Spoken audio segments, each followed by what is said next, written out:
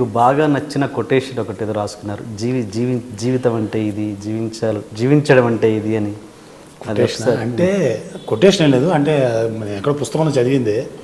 ఇప్పుడు మనం పుట్టేటప్పుడు మనం ఏడుస్తుంటాము, పక్కన అందరూ హ్యాపీగా నవ్వుతూ ఉంటారు. కానీ మనం చనిపోయేటప్పుడు అందరూ ఏడుస్తుండాలి, మనం ఆనందంగా వెళ్ళిపోవాలి అనేది ఆ కొటేషన్ చూసి ఇన్స్పైర్ అయింది అనమాట. సార్ మీకు నచ్చిన షేక్స్పియర్ ఏంటది, ఒక సేయింగ్ ఉంది, అది చెప్పండి ఒకసారి. అది అంటే అది ఎక్స్పెక్టేషన్స్ మీద, ఎందుకంటే నేను చాలా హ్యాపీగా ఉంటున్నాను, ఎందుకంటే నాకు ఎక్స్పెక్టేషన్స్ లేవు అని దాని సారాంశం అనమాట. యాక్చువల్గా అది ఎక్స్పెక్టేషన్స్ మీద ఏంటంటే అండి, ఇప్పుడు మనిషి, ఇప్పుడు మన ఇద్దరం ఫ్రెండ్స్ ఉన్నప్పుడు, మీరు పుట్టినప్పటి నుంచి మారలేదు, నేను పుట్టినప్పటి నుంచి మారను నేను. సో మన ఇద్దరం ఫ్రెండ్షిప్గా ఉన్నప్పుడు నాకు మీ మీద ఎటువంటి ఎక్స్పెక్టేషన్స్ లేనప్పుడు మన ఇద్దరం బాగుంటాం. ఒక ఎక్స్పెక్టేషన్ వచ్చిన తర్వాత నేను సంథింగ్ మీ దగ్గర నుంచి ఆశిస్తాను. ఇప్పుడు ఈ ఇంటర్వ్యూ ఏదో చాలా గొప్పగా మీరు ఎడిట్ చేస్తారు, ఏదో చేసేస్తారని ఏదో అనుకుని ఏదో మీరు చేయలేదంటే నేను ఎక్స్పెక్టేషన్ రాగానే మీరు చెడ్డోడైపోతారు సడన్గా. అది సడన్గా చెడ్డోడవటం, సడన్గా మంచోడవటం కాదు కదా. You are like that only. My opinion, నా ఒపీనియన్ మారుతుంది, అంతేగాని మనిషి అలాగే ఉంటాడు. వెన్ యూ ఎక్స్పెక్టేషన్స్ ఉన్నప్పుడే అది అలా అవుతుంది అనమాట. ఇప్పుడు పిల్లల్లో కూడా ఏమవుతుందంటే 84 లక్షల జీవరాశులు ఉన్నాయి. 84 లక్షల జీవరాశుల్లో 83,99,999 జీవులు కూడా పిల్లల్ని కంటాయి. అంటే గుడ్డు రూపంగా ఉండొచ్చు, మామూలుగా అన్నీ కంటాయి.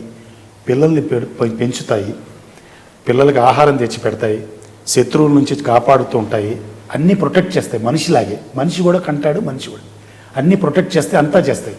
ఎప్పటిదాకా ఆ పిల్లలు కొంచెం అన్నం తానంతట తాను తినగలిగి నడవగలిగినంత వరకు ప్రొటెక్ట్ చేయగానే అవి ఎప్పుడైతే తనంతట తాను ఎగరగలవో, తనంతట తాను తినగలవో, అవి వాటి వంటి అవి వెళ్ళిపోతాయి. అదే ఒక కుక్క కానీ, కోడి కానీ, కోకిల కానీ, కాకి కానీ ఏదైనా పిల్లల్ని పెంచిన తర్వాత, నేను బాగలేనప్పుడు, నేను వృద్ధుడైనప్పుడు ఈ కాకి నాకు వచ్చి అన్నం పెడుతుంది, ఈ కుక్క వచ్చి నన్ను చూసుకుంటుంది అని ఏది పెంచదు కదా. అంటే దేనికి ఎక్స్పెక్టేషన్స్ లేవు. దాని బాధ్యత ఏదో మనం చేసిన చిన్న క్షణిక ఆనందం కోసం ఏదో జరిగిపోయింది. ఆ పిల్లల్ని కనేందుకు మన వృత్తి వాళ్ళని పెంచి వాళ్ళ అన్నం తినే వరకు వాళ్ళని చేసి పంపించేస్తున్న ఎక్స్పెక్టేషన్స్ ఉండవు. ఒక్క మనిషి మాత్రం బంచెత్వాడు ఎక్స్పెక్టేషన్స్ పిల్లల్ని కనిన తర్వాత. మీరు చూడండి, వీడిని ఏదో ఇంజనీరింగ్ చేయాలి, వీడిని ఏదో చేస్తే వాడేదో బాగుపడితే వీడినేదో బాగా చూసుకుంటాడని, వాడు ఆ టైంకి వాడు, ఇప్పుడు మన రక్తం మన జీన్స్ కాబట్టి వాడు కూడా మన ఇది ఉంటే చూసుకుంటే మన అదృష్టం. వాడు చూసుకోకపోతే వీడికి లోపల మళ్ళీ ఇదంతా ఎందువల్లంటే ఎక్స్పెక్టేషన్స్ వల్ల వస్తుంది. సో ఎందుకు అది చెప్పొచ్చానంటే, ఇప్పుడు షేక్స్పియర్ గారి ఇది ఉందన్నమాట. నాకు ఫుల్ తృప్తి, జీవితంలో ఫుల్గా తృప్తి ఇవాళ వరకు. ఎందుకంటే ఐ డోంట్ ఎక్స్పెక్ట్ ఎనీథింగ్. నాకు ఇది కావాలి అది కావాలని ఎక్స్పెక్టేషన్స్ లేవు కాబట్టి నేను చాలా తృప్తిగా ఉన్నాను. అందుకని నాకు ఎక్స్పెక్టేషన్స్ లేవు అని చెప్పడానికి అనమాట. అది అంతా ఇది. ఆ సేయింగ్ చెప్పగలరా? సేయింగ్ అంటే నేను చూడకుండా చెప్పాలంటే ఒక ఇది చూసి చదవండి. అంటే I always feel happy. You know why? Because I don't expect anything from anyone. Expectations always hurt. Life is short. Love your life. Be happy. Keep smiling. Life is short. Love your life. Be happy. Keep smiling. Thank you sir. మొత్తానికి చాలా పెద్ద interview ఇచ్చారు మాకు, మీ valuable time తీసుకొని. I must thank you అండి. Before I wind up, అంటే నేను first of all అందరికీ కృతజ్ఞతలు చెప్పుకోవాలి.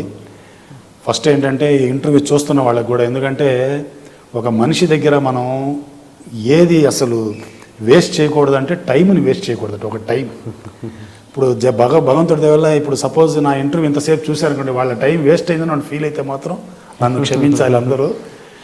ఈ ఇంటర్వ్యూ కూడా ఏమైందంటే నేను ఎక్స్పెక్ట్ చేసిన దాన్ని రెగ్యులర్ ప్యాటర్న్లో చేయలేదు. ఇప్పుడు నేను అదే మీ ఇంటర్వ్యూస్ అన్ని చూస్తుంటా కదా, నేను ఏదో టెక్నికల్గా మీరు అక్కడ చేశారు, ఆ కెమెరా చేశారు, ఫస్ట్ మిక్చర్ చేశారు కదా, యారిఫ్లెక్స్ చేశారు కదా, తర్వాత డిజిటల్కి వచ్చారు కదా, ఈ టెక్నికల్గా ఇవన్నీ ఉంటాయేమో, ఇలా అడుగుతారేమో అది అడుగుతారేమో అనుకుంటుంటే మీరంతా రివర్స్ స్క్రీన్ ప్లేలో రివర్స్లో హ్యూమన్ ఎమోషన్స్, హ్యూమన్ ఇది మా ఫాదర్ గురించి ఇవన్నీ అడిగి డిఫరెంట్, అంటే నేను ఇవన్నీ అసలు ఎక్స్పెక్ట్ చేసి రాలేదు. ఇవన్నీ అడిగినందుకు మీకు చాలా చాలా థ్యాంక్స్. అలాగే ఐ డ్రీమ్ వాళ్ళకి, ఈ సిబ్బంది అందరికీ కూడా నా కృతజ్ఞతలు. ఇది ఎడిట్ చేయబోయే వాళ్ళకి, అందరికీ టెలికాస్ట్ చేయబోయే వాళ్ళకి, యూట్యూబ్ వాళ్ళకి అందరికీ నా కృతజ్ఞతలు అండి. స్వస్తి. అప్పుడు ఎన్టీఆర్ గారితో రెగ్యులర్గా సినిమా చేసేవాళ్ళు. అంటే అప్పుడు మీకు సినిమాలు అంటేనే ఇష్టం లేదు యాక్చువల్గా, బట్ సినిమాలోకి ఎలా వచ్చారు మీరు?